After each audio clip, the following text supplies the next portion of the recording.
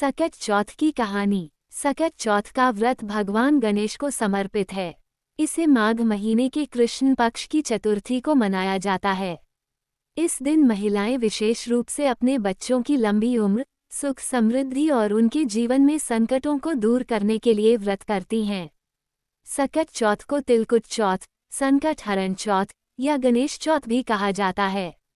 कहानी का प्रारंभ। पौराणिक कथा के अनुसार एक बार देवताओं और असुरों के बीच भीषण युद्ध हुआ। असुरों के अत्याचारों से सभी देवता परेशान हो गए। देवताओं की रक्षा के लिए भगवान गणेश ने असुरों का नाश किया। इस घटना से भगवान गणेश को विघ्नहर्ता और संकटमोचक के रूप में पूजित किया जाने लगा। एक अन्य कथा के अनुसार एक ब्राह्मण परिवार था जिसमें पति पत्नी और उनका पुत्र रहते थे। पुत्र ने एक दिन अपने माता पिता से भोजन मांगा। माता ने उसे व्रत की महत्ता बताते हुए कहा कि वो सकट चौथ का व्रत कर रही है और व्रत के बाद ही भोजन कर सकती है। लेकिन पुत्र भूख से व्याकुल होकर रोने लगा। माता ने भगवान गणेश से प्रार्थना की कि उनके पुत्र की भूख शांत हो और उनका व्रत सफल हो। भगवान गणेश ने प्रसन्न होकर उन्हें आशीर्वाद दिया और उनकी संतान को दीर्घायु का वरदान दिया। सत्यवादी राजा की कथा। एक अन्य कथा के अनुसार एक राजा था जो बहुत ही सत्यवादी और न्यायप्रिय था। एक बार उसके राज्य में अकाल पड़ा और लोग परेशान हो गए।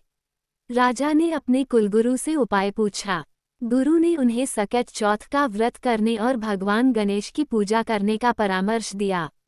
राजा ने पूरे विधि विधान से व्रत किया और भगवान गणेश को प्रसन्न किया। गणेश जी ने राजा को आशीर्वाद दिया और उनके राज्य में खुशहाली लौटी। व्रत की विधि और महत्व। सकट चौथ के दिन महिलाएं सूर्योदय से पहले स्नान कर व्रत का संकल्प लेती हैं। दिन भर निर्जल व्रत रखा जाता है और रात को चंद्रमा की पूजा कर व्रत समाप्त किया जाता है। पूजा में तिल, गुड़, मूंगफली और मोदक का विशेष महत्व है। गणेश जी की पूजा के बाद व्रत करने वाले चंद्रमा को अर्घ्य देते हैं। यह व्रत न केवल संतान की दीर्घायु और सुख समृद्धि के लिए किया जाता है, बल्कि यह जीवन में आने वाले सभी संकटों को दूर करने के लिए भी अत्यंत प्रभावशाली माना जाता है। सकट चौथ की यह पौराणिक कथा हमें सिखाती है कि भगवान गणेश की सच्चे मन से पूजा करने से सभी कष्ट दूर होते